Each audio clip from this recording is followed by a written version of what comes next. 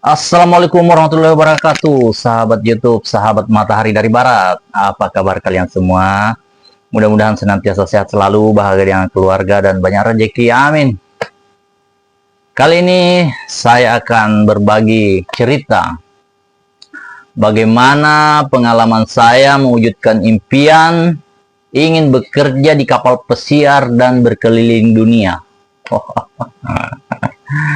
Ya, jadi saya disclaimer dulu ya di awal bahwa yang akan saya ceritakan ini yang tentunya yang bagus-bagusnya saja. Kalau yang jelek-jeleknya jangan banyak. Oke, ya, berawal dari pengangguran sampai bisa bekerja di kapal pesiar, saya akan cerita ya berapa waktu yang saya butuhkan, bagaimana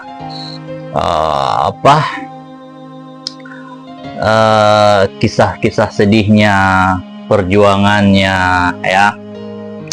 Saya akan berbagi cerita ya, mudah-mudahan cerita ini ada manfaatnya untuk yang menonton. Amin. Ya. Jadi saya mulai di awal ketika saya masih di Jakarta ya. Waktu itu saya kerjaan tidak jelas loh. Saya lulus SMA ke Jakarta, ya di Jakarta akhirnya kerja sembarangan, ya. Ikut-ikut kerja kuli bangunan, ya, terus ikut jadi sales, jadi agent marketing asuransi, ya, sampai ikut kelas modeling ya. Jadi saya juga pernah ikut kelas modeling juga ya, belajar cara jalan sebagai model gitu, jalan di catwalk segala macam ya. Karena waktu itu masih percaya diri bahwa kita punya penampilan yang menarik. Dan dari situlah saya dapat relasi ya kan, teman-teman yang akhirnya mengajak untuk ikut syuting ya, film-film apa saja waktu itu, film kolosal ya, kayak Anglin Dharma, Misteri Gunung Merapi pada saat itu ya, di Cibubur ya. Terus agensi-agensi lain juga ngundang ya, banyak lah. Cintaku di Rumah Susun pada saat itu sekitar tahun 2003 sampai 2004 lah ya, 2002 sampai 2004 waktu itu ya. Nah, kemudian ya di lokasi syuting itu, ini waktu di lokasi syuting apa ya, Anglin Dharma ya pada waktu itu. Saya ada kejadian waktu itu, saya sudah dapat peran ya, terus sudah ada bagian kru pencari talentnya itu yang sudah ACC dengan saya, bahwa saya nanti akan dikasih peran yang bagus begitu ya. Nah, ketika itu rupanya ada yang jealous gitu ya di situ, yang orang udah lama, talent-talent yang udah lama di situ ya kan. Wah, saya ada masalah ketika di ruang makeover ya kan, gara-gara bercanda dianggap serius, kemudian saya hampir ribut di situ. Rupanya kejadian itu udah sampai di situ, keluar dari tempat itu karena dia sudah senior di situ, banyak teman-temannya ya kan. Akhirnya saya kayak mau dikeroyok begitu ya kan, teman-temannya datang begini. Pokoknya saya merasa dipersekusi lah di situ ya. Ya, belum sempat tonjok-tonjokan belum ya, tapi ancaman-ancaman ya kan.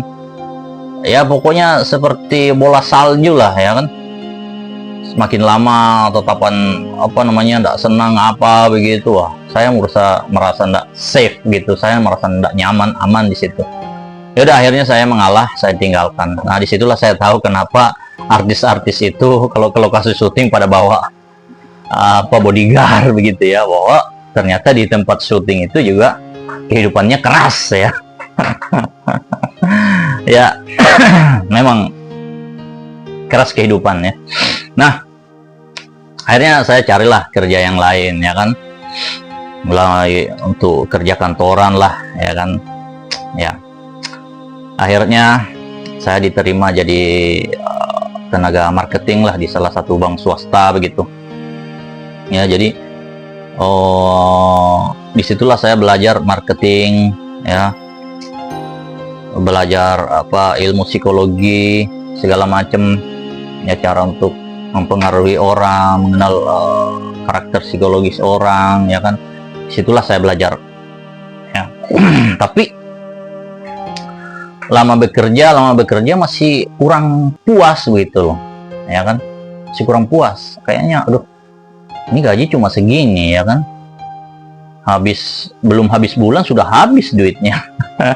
Makanya kadang sampai saya ke tempat kerja itu pakai baju biasa, ya kan, sambil saya ngamen gitu ya. Saya berorasi biasa di Kopaja, Metro Mini begitu ya, ke jalur tempat kerja itu, ya kan. Saya sering berorasi, ya kan, ketika turun baru sampai di tempat kerja ke WC ganti baju gitu.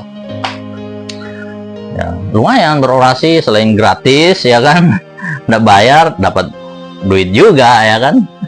Ya, kurang lebih orasi saya begini.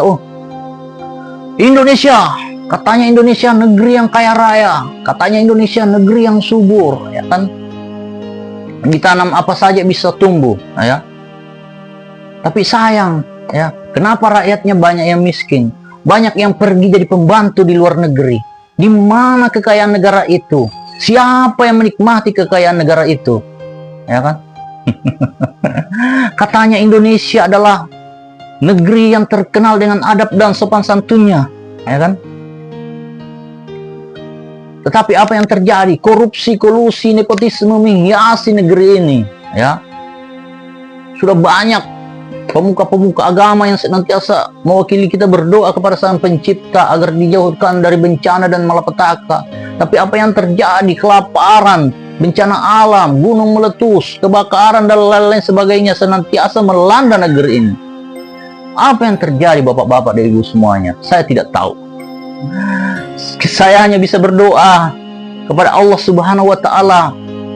Marilah kita sama-sama berdoa kepada Allah Subhanahu wa Ta'ala agar negeri ini segera dikirimkan seorang satria piningit, ya, seorang pemimpin yang mampu menghantarkan rakyat negeri ini, yang mampu membawa negara ini kepada kesejahteraan, kemajuan, ya, yang mampu mengantarkan rakyat bangsa ini ke alam kesejahteraan,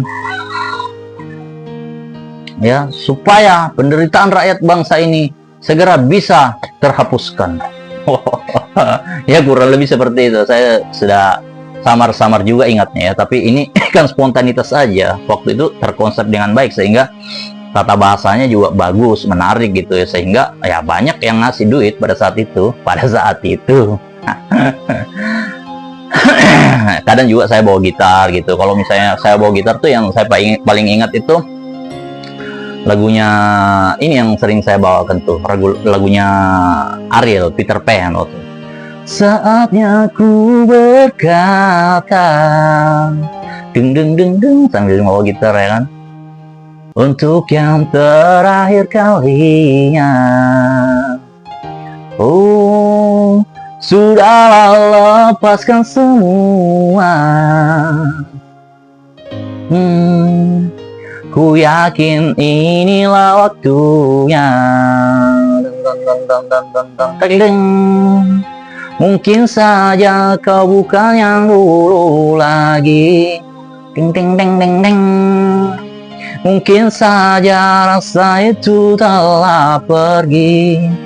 Dan mungkin bila nanti kita akan bertemu lagi, satu pintaku jangan kau coba tanyakan kembali rasa yang ku tinggal mati, seperti hari kemarin saat semua di sini. Ya, itu salah satu. Terus satu lagi, Bintang di Surga. Wah. Masih ku merasa engkau terbangkan anganku jauh, langit kan memanggilmu walau tak berarti. Langsung rate-nya ya. Bagai bintang di surga dan seluruh warna dan kasih yang setia dan cahaya nyata. Oh bintang di surga berikan cerita dan kasih yang setia dan cahaya nyata. Waduh, itu kalau sudah bawain lagu itu, wah. Pada saat itu kan lagi boomingnya ya lagu itu ya.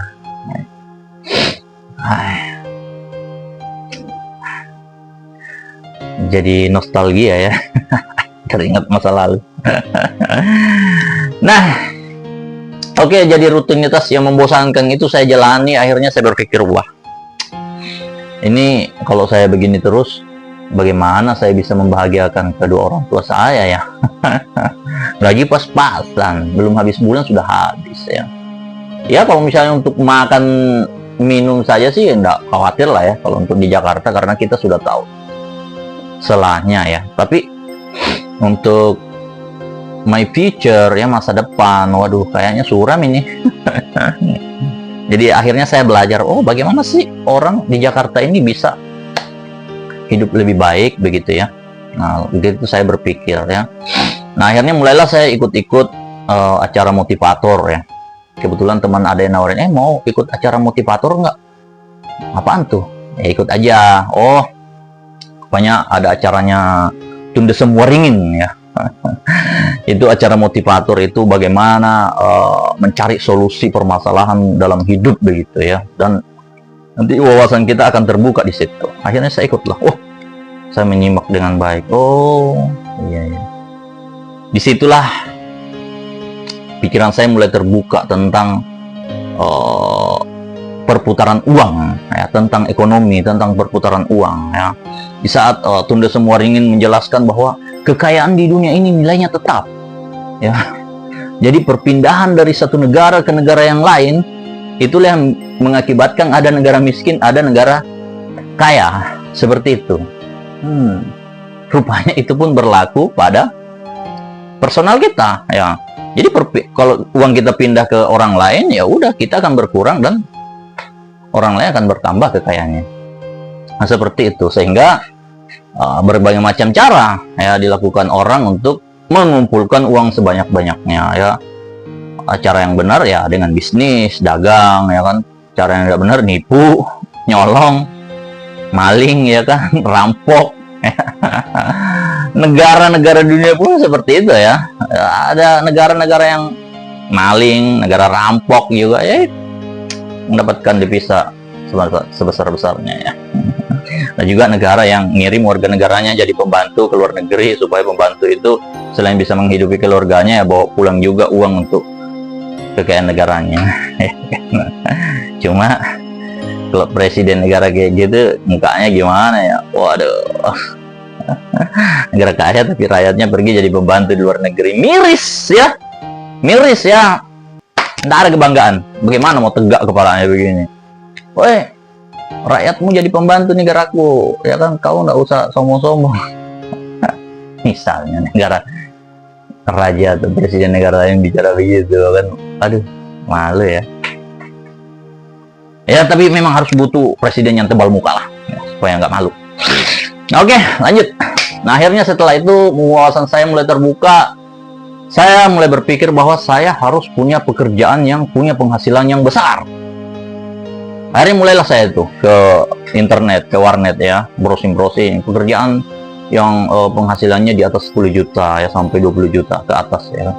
Mulai itu searching, saya ketemu berbagai macam. Oh, ternyata yang menjanjikan seperti itu adanya di luar negeri ya. Ada yang jadi petani di Amerika, ada yang kerja petani di Australia, ya kan? Tapi itu biayanya sampai 40 juta sampai 50 juta, ya kan, kita nggak ada duit segitu. Terus ada juga yang saya lihat itu banyak yang ketipu juga, ada yang benar tapi banyak yang ketipu juga, ya kan. Nah, terus saya menemukan, wah, kerja di kapal pesiar, gajinya sekian ya, waktu itu masih $1.000 saya lihat di situ. Ya, tuh lumayan juga nih gaji di kapal pesiar ya. Nah, untuk itu, ya, tapi itu butuh pengalaman 5 tahun, ya, itu harus masuk pelayaran. Ya. Nah, kayaknya itu yang cocok ini, ya, buat saya. Saya pikirkan gimana caranya. Oh, begini. Mulailah saya cari tahu bagaimana caranya masuk pelayaran, ya. Tanpa melalui jalur sekolah, ya. Jadi rupanya di pelayaran itu ada namanya jalur umum, ya. Jadi kita cuma ambil sertifikat, ya kan, baru kita bisa berlayar. Ya. Nah, disitulah saya harus cari pengalaman selama 5 tahun untuk bisa masuk di situ, di perusahaan kapal pesiar itu, ya. Jadi mulailah saya dari awal, ya. Saya pergi ke Pertamina Maritime Center untuk mengambil sertifikat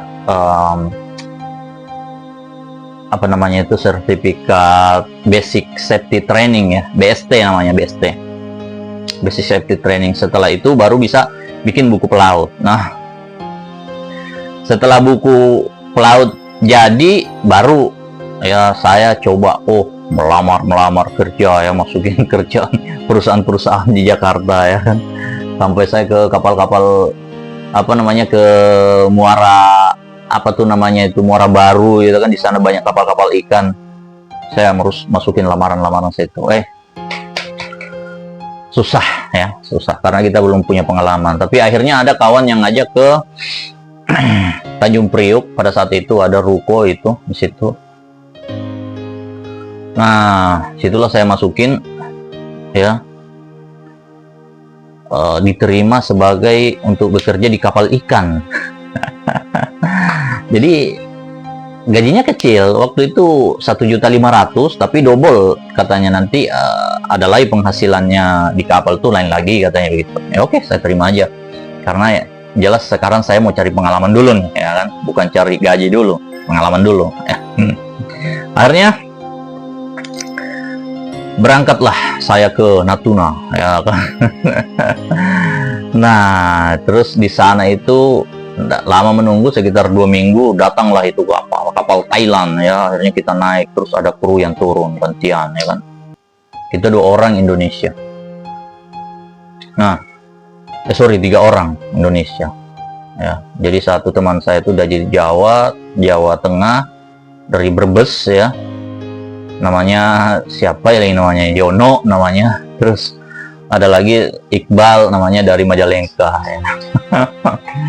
Naiklah kita bertiga itu, ya. Wah, nangkap ikan di Natuna. Wah. Tapi setelah itu kapal itu pergi ke Thailand, di Patani. Jadi kita masuk sungai itu, Sungai Patani, ya kan, namanya Sungai Patani. Wah, ikannya dibongkar di situ. Jadi disitulah baru saya tahu bahwa kapal-kapal ikan yang terparkir sepanjang Sungai Patani itu, ya, sekian kilometer ke dalam itu, rupanya kebanyakan menangkap ikan di perairan Indonesia. Ya, hampir setiap kapalnya itu ada orang Indonesianya di situ. Ya. Jadi kita orang Indonesia di atas itu tidak dituntut untuk kerja, cuma kalau misalnya kita ketangkap kapal perang, ya udah, naik bawa dokumen apa segala macam, nanti tinggal ketemu kaptennya, tinggal ditanya nomor agennya yang mana, ini telepon tuh, udah, kita dilepas lagi. Seperti itu. Saya tidak tahu apakah ini pencurian ikan apa bagaimana, ya, karena ini kita ditangkap juga di tengah laut. Maksudnya ketemu dengan aparat-aparat begitu. Saya tidak tahu apakah ada kerjasama antara pemerintah Indonesia dengan Thailand untuk penangkapan ikan ini apa seperti apa bagaimana, ya. Kita juga ketemu dengan KPLP, ya kan, seperti itu, Polairut. Tapi lancar-lancar saja gitu. Jadi saya sempat berapa kali begitu bongkar di Patani, di Thailand sana, ya. Jadi ini informasi penting ini. Itu pengalaman saya. Cuma ngerinya di kapal ikan itu, saya dengar-dengar, ya, dari teman, ini ternyata kru-kru yang bekerja situ rata-rata orang Myanmar, orang Laos, ya kan.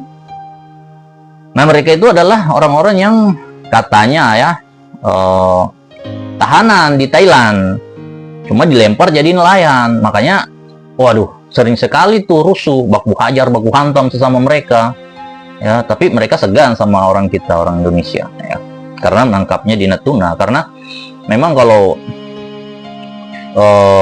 misalnya kita ketemu kapal perang, terus ada yang ngadu, orang kita bilang, oh kita dipukul sama mereka, wah, mulai dari kapten sampai KKM-nya tuh dihajar sama penjaga laut itu. Ya. Nah, akhirnya karena nggak tahan ya, sampai ada yang loncat ya, lagi minum-minum mabok begitu di belakang teman-temannya. Tiba-tiba ada yang loncat ke laut, mau diparangin sama temannya. Waduh. Kadang-kadang malam-malam tiba-tiba ada naik ke ruangan jurumudi begitu.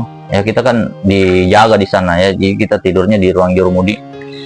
Wah, sudah berdarah-berdarah mukanya, dihajar sama teman-temannya apa begitu. Itulah gambaran kerja di kapal ikan Thailand. Akhirnya sekitar 4 bulan saya di situ. Ketika kapal itu masuk ke Natuna lagi, wah, saya langsung turun. Itu teman saya 3 orang, 2 orang ikut juga turun. Saya langsung sujud syukur. Alhamdulillah, ya kan, saya selamat di negara kembali ya. Jadi memang ya mencekam sekali ya di atas kapal itu. Berkumpul dengan pemabuk ya kan. Ya kadang-kadang ya ikut-ikut juga. Ya. Nah, tapi ngerinya itu ya, kalau bacok-bacokan, pukul-pukulan gitu sudah biasa gitu di kapal itu ya. Untung aja kita masih selamat. Akhirnya saya, waduh, gak kuat nih sini ya. Akhirnya jadi kita sempat 3 kali tuh bongkar ikan di Thailand, dan enaknya itu kita bisa mancing ya. Jadi kalau misalnya selesai menangkap ikan itu kepake porsin ya, kapal porsin itu kapal jaring ya kan, mesin yang narik. Jadi kalau misalnya sudah selesai malam anchor, kita bisa mancing. Hasil pancingan kita tuh ditampung, nanti kalau sudah bongkar ikan di Thailand baru kita jual begitu. Enaknya seperti itu. Akhirnya saya turun dari kapal itu, nggak kuat. Nah, waktu itu saya turun di Natuna ya. Kebetulan kita mau pulang ke Jakarta, tapi kan nggak ada kapal yang dari situ. Adanya itu dari Tanjung Pinang ya. Dari Tanjung Pinang, dari Sedanau baru ke Tanjung Pinang dulu, baru ada kapal ke Jakarta ya. Nah, ketika saya numpang itu dari Natuna ke Sedanau ya, numpang kapal. Nah, kebetulan kapal itu kru-krunya mau pulang karena kebetulan mau lebaran. Akhirnya cincunya di situ, kaptennya bilang, kalian mau kemana? Kita mau pulang, Bro. Dari mana? Dari kerja di kapal ikan, begini nggak betah. Terus kita ditawari, kalian mau kerja di sini nggak? Ya, ini kapal kargo ya, kapal kargo kayu ya, muatannya sekitar 600 ton lah, GT-nya, gross tonnya. Ditawarin begitu ya, kita ya namanya mau nambah pengalaman ya kan, kita terima aja ya. Gajinya waktu itu berapa ya, 1.800.000 ya kalau nggak salah itu ya, itu gaji pokoknya, terus nanti ada uang tripnya ya. Nah,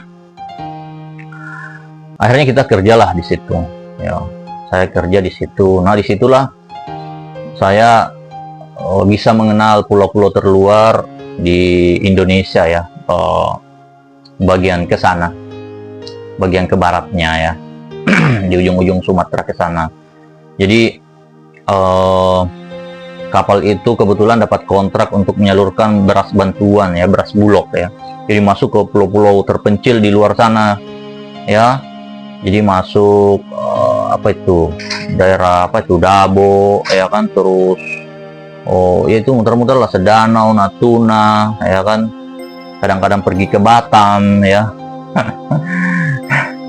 Nah, disitulah saya banyak pengalaman di situ ya. Maksudnya saya mengenal pulau-pulau terluar ya. Jadi saya sudah familiar sekali dengan Tanjung Pinang, Batam, Natuna gitu ya, sekitar situ ya, Tarempa ya kan, Sedanau, Dabo ya. Nah, setelah itu 4 bulan kemudian saya berhenti dari kapal itu ya, karena saya ada insiden waktu itu. Saya hampir dikeroyok sama satu kampung ya. Ada sebuah daerah perlu saya sebutkan lah daerahnya ya. Jadi cincunya itu orang situ ya. Jadi saya kan mau pulang. Nah kebetulan saya ditahan-tahan nih ya, nggak dibolehin pulang sama cincunya ya. Nah saya semendesak, saya mau pulang karena kebetulan ada kapal kargo yang mau ke Jakarta ya kan, saya bisa numpang kan lumayan gratis ya kan. Saya minta uang gaji saya sama Cincu nggak dikasih ya, rupanya dia lagi mabok sama kapten ya. Saya telepon, woi, sampai saya bicara keras juga ya kan. Saya bilang, kamu, dia bilang Cincu itu, kamu jangan macam-macam ya, ini kampung saya, dia bilang begitu. Dia bilang, saya nggak takut Cu, saya bilang, biar kampungnya di sini, saya nggak takut ya.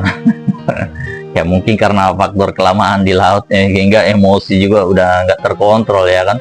Oh rupanya dia marah, tersinggung, datang dia pakai motor ya kan. Pelabuhan itu ya banyak kapal-kapal pinisi orang Bugis di situ ya. Nah akhirnya pas sampai, saya langsung, jangan ribut kitanya sudah. Saya langsung ke dapur ambil pisau pemotong ini, pisau kecil begitu kan untuk jaga diri ya kan. Nah sekalinya dia langsung nunjuk saya kan, pas dia standar motor saya loncat turun ke darat. Dia bilang, kamu jangan macam-macam ya, apa namanya, ini anak saya lagi sakit. Saya bilang, waduh, iya itu urusannya Cincu, saya kan mau pulang, saya minta gaji saya, bilang gitu. Dia langsung emosi, marah, saya langsung digampar begini ya kan. Tapi saya nggak kena karena saya sempat menunduk, tapi saya sempat hajar balik juga ya kan. Kena ulu hatinya, langsung terlentang begini, hampir pingsan ya. Kemudian dia dipapah itu sama orang-orang di situ di pelabuhan. Tiba-tiba gerombolan orang kampung datang begitu. Mana itu orang? Dia bilang begitu kan. Saya teriak juga karena saya sadar di sekitar situ banyak orang Bugis ya kan. Kapal-kapal pinisi kan, pasti setiap pinisi itu ada orang Bugisnya ya kan. Saya teriak, saya orang Bugis, tidak takut biarpun sendirian, apakah lagi kalau saya ada yang bantu. Saya bilang begitu, saya orang Bugis, tidak takut, berani merantau, artinya sudah berani mati. Saya bilang begitu. Mungkin didengar sama kawan-kawan di sekitar situ, banyak orang Bugis berdatang tuh. Siapa itu mana orang Bugis? Siapa tuh mana orang Bugis? Begitu. Saya bilang dalam hati, selamat saya. Akhirnya tidak jadi kejadian ya kan. Polisi datang rame begitu. Akhirnya damai ya kan. Ini Cincunya juga tidak keberatan ya kan, damai, diatur damai karena dia yang salah ya kan. Nah berita ini akhirnya sampai ke pemilik kapal ya kan. Akhirnya Cincunya itu dipecat. Ketika itu dipecat, besoknya kan saya langsung naik kapal ya, Bukit Raya pada saat itu. Terus saya berangkat ke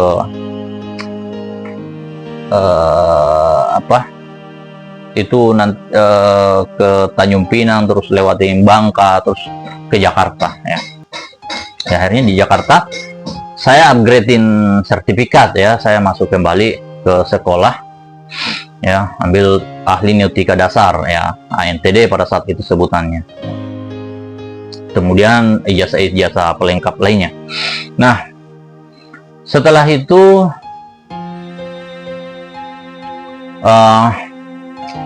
karena menunggu ijazah ini sampai keluar ya kan, butuh 3 bulan nunggunya.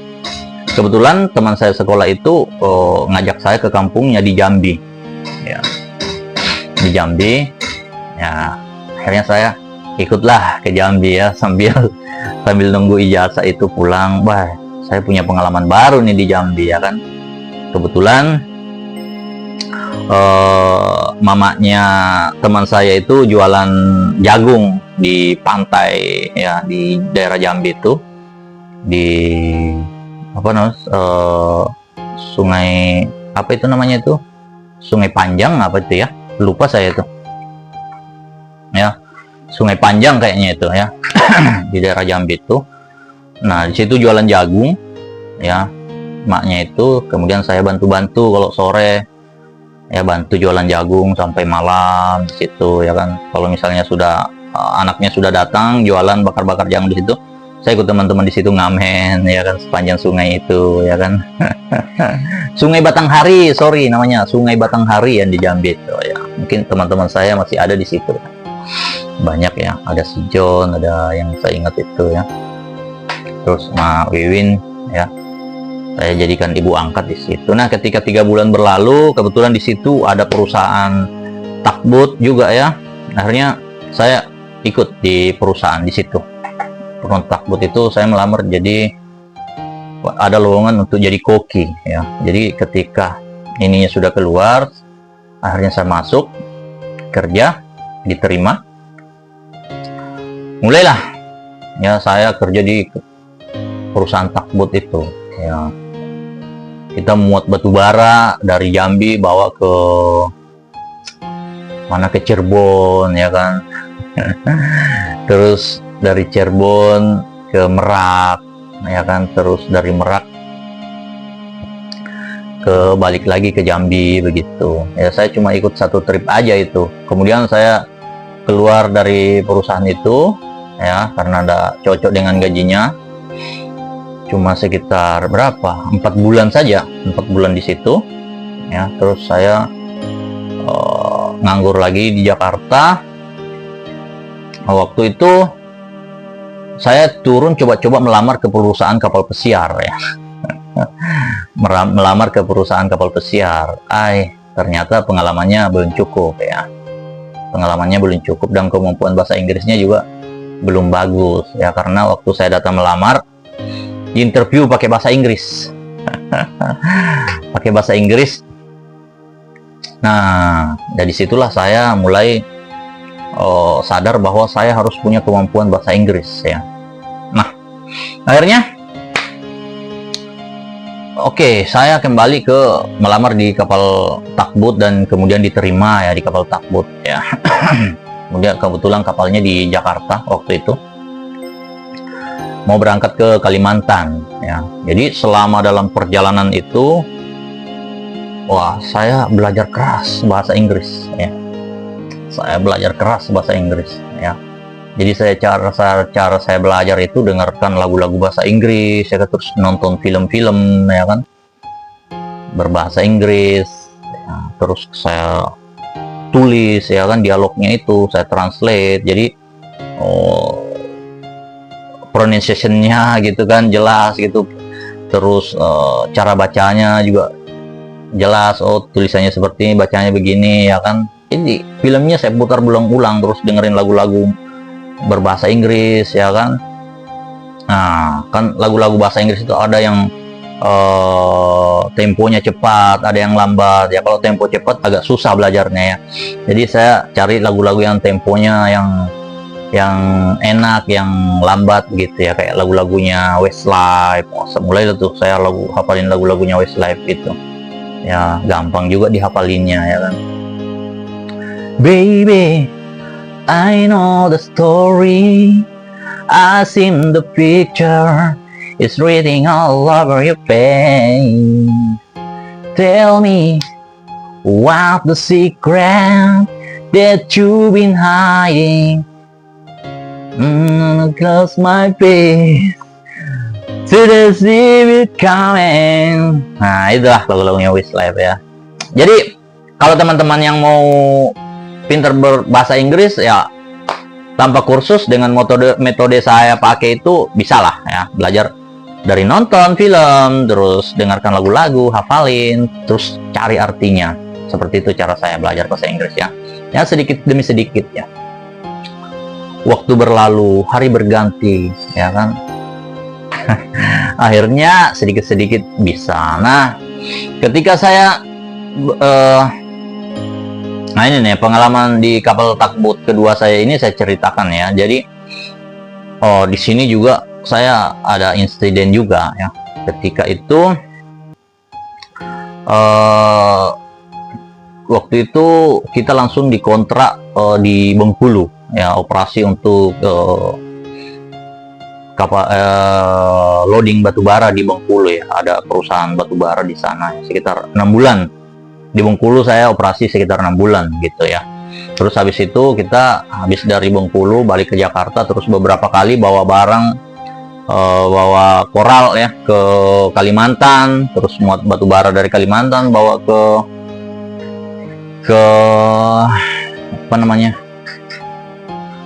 ke daerah Jawa lah begitu ya. Nah terus kapal kita dikontrak di Morowali ya. Jadi pas dari Surabaya ke Morowali itu ya ada KKM baru naik ya, KKM baru naik ya. Nah saya nggak tahu rupanya KKM ini sentimen sama saya ya. Karena saya orang lama ya, kebetulan yang paling lama lah di situ, krunya yang lain udah pada turun ya, saya orang lama ya. Jadi waktu itu apa namanya, arus sungai itu deras ya, di Gresik itu deras sekali, sedangkan steeringnya pada saat itu rusak ya, steeringnya pada saat itu rusak ya. KKM sudah laporan ke perusahaan, ke Por Engine bahwa steeringnya rusak, harus dibetulin ya. Terus akhirnya ketika airnya deras itu kan jangkarnya kan larat, sedangkan kapten sama KKM ini lagi keluar ya kan. Wah kita semua sudah panik nih ya kan, sedangkan chief officernya yang baru juga nggak tahu apa-apa ya. Akhirnya bagaimana nih ya. Oke, akhirnya kalau misalnya kita larat terus nanti kena kabel nih di bawah nih jangkarnya nih. Akhirnya saya coba utak-atik itu steeringnya, bisa. Akhirnya udah orang mesinnya nyalain mesin ya kan. Akhirnya mesinnya nyala, udah saya majukan kapalnya, terus si Bob Anchor ya kan, baru saya bawa ke depan begitu ya. Ini chief officernya nggak berani megang karena dia masih baru ya. Nah tapi mereka semua percaya sama saya kan, udah saya Bob, terus saya drop anchor jauh dari kabel kan, sudah majuin ke depan. Nah sekalinya kapten sama KKM datang, woi saya dimarahi habis-habisan sama KKM. Dengan siapa yang betuli ini steeringnya kapal? Semua orang bilang ini pak, ini pas ya kan, saya itu. Boy marah betul sama kamu, nggak punya keahlian begitu, berani-beraninya kau utak-atik ya. Kalau terbakar ini kapal bagaimana? Dia bilang begitu. Ini connect dengan mesin, apa jadinya? Kamu betulin di sini tapi mesinnya di sana jadinya rusak. Ya kan, akhirnya boy nelpon dia ke kantor pusat itu KKM-nya. Wah ini gara-gara ada kru yang apa namanya utak-atik ini steeringnya, akhirnya connect ke mesinnya, rusak mesinnya jadinya begitu katanya. Waduh mampus saya. Wah akhirnya datanglah itu Por engineer-nya dari kantor ya kan. Tapi ternyata dia nggak ke kapal Por engineer itu, dia cuma disambut ya kan, disambut sama kapten sama KKM-nya di hotel pula ya kan. Terus saya dengar ACC bahwa biaya perbaikannya butuh beli apalah gitu ya, namanya itu alat-alatnya sekitar habis 12 juta lah begitu, 12 atau 18 juta begitu, semuanya habis begitu. Por engineer-nya nggak ke kapal, barangnya pun nggak ada juga. Ya ini permainannya ya orang kapal ya, mungkin ya kong kali kong sama por engineer-nya ya. Nah ini. Nah tapi akhirnya saya masih dimaafkan ya. Kebetulan saya dekat, saya nggak usah sebutkan perusahaannya ya. Kebetulan saya dekat dengan perusahaan orang di crewingnya ya. Nah, saya masih ditoleransi. Akhirnya berangkatlah kita ke Morowali itu ya. Nah perjalanan sampai 14 hari ya kan, bahkan lebih ya. Nah ketika kita sampai di Morowali, orang kantor nelpon saya, bilang kamu kenapa kamu hilangkan peta ya. Saya sampai dibahas kata di kantor itu, ini ada kru namanya menghilangkan peta sehingga kapal lambat sampainya. Ini pengaduan dari kepala kamar mesinnya, KKM-nya ya kan.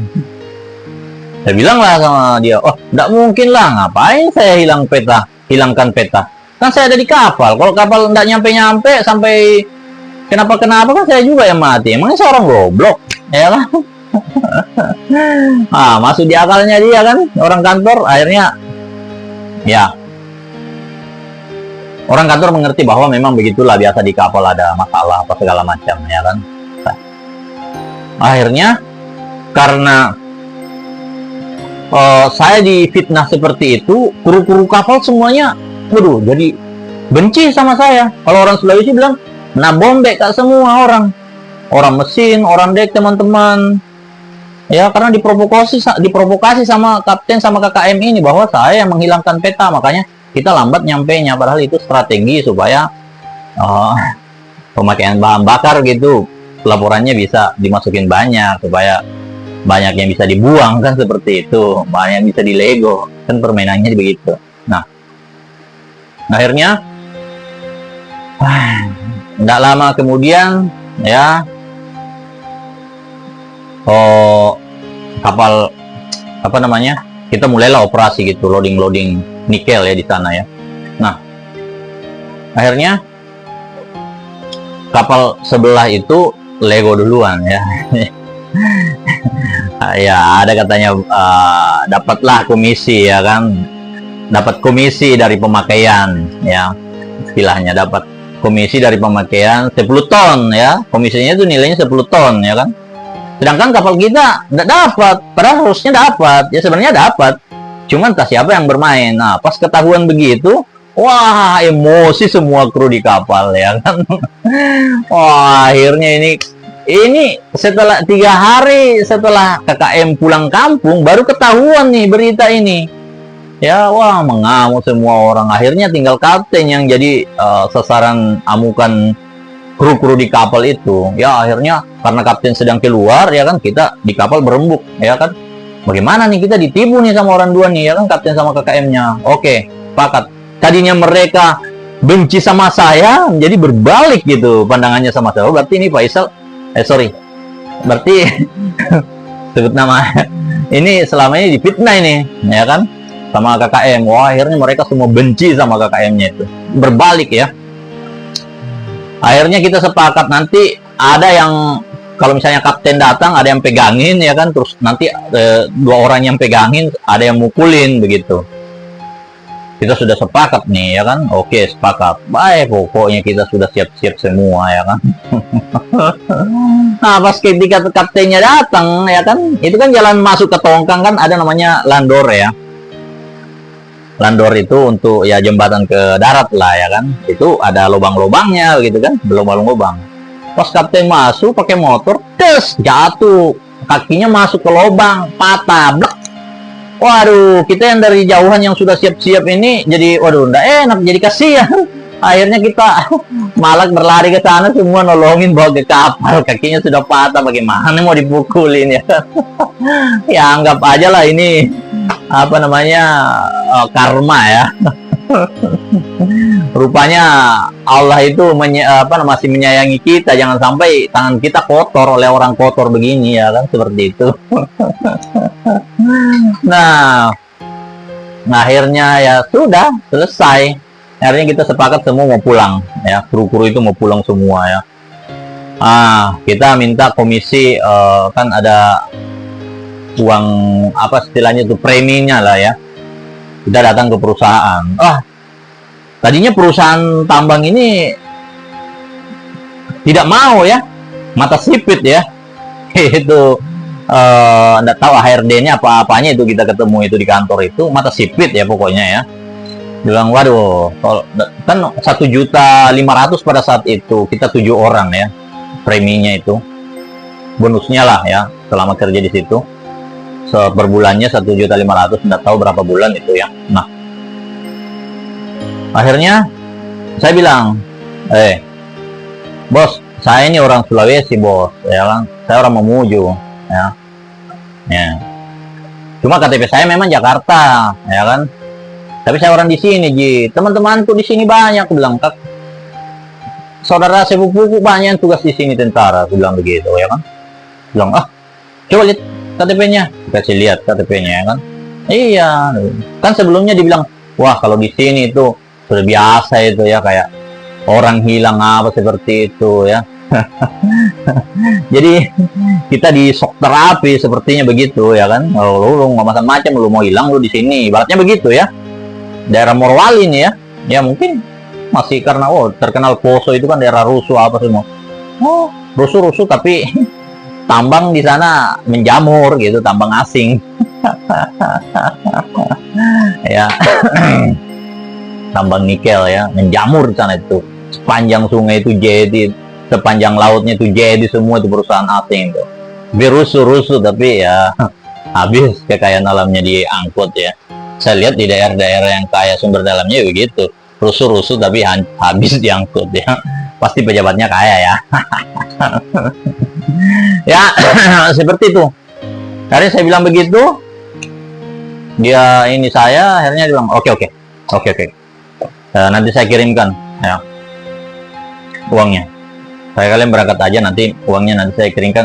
Tinggalkan saja rekeningnya masing-masing. Oke. Saya ya kan, oke, makasih. Saya percaya mata sipit kan. Akhirnya benar ya, kita semua pulang ya kan. Sampai di bandara, sampai di Makassar ya kan, kita semua pisah di situ. Terus di rekening sudah masuk itu kiriman ya. Nah terus karena orang yang tadinya benci sama saya, ini orang mesin, dia minta maaf sama saya kan. Akhirnya dia ikut ke rumah dulu, dia mau lihat rumah saya itu di Mamuju ya.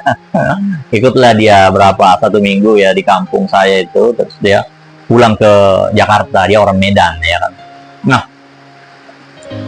akhirnya selesailah perjalanan di kapal Takbut ya. Kemudian mulailah saya menganggur lagi di Jakarta ya. 3 bulan ya. Kemudian saya mendapat pekerjaan di kapal anchor handling ya, supply HTS ya, anchor handling. Ya, anchor handling ini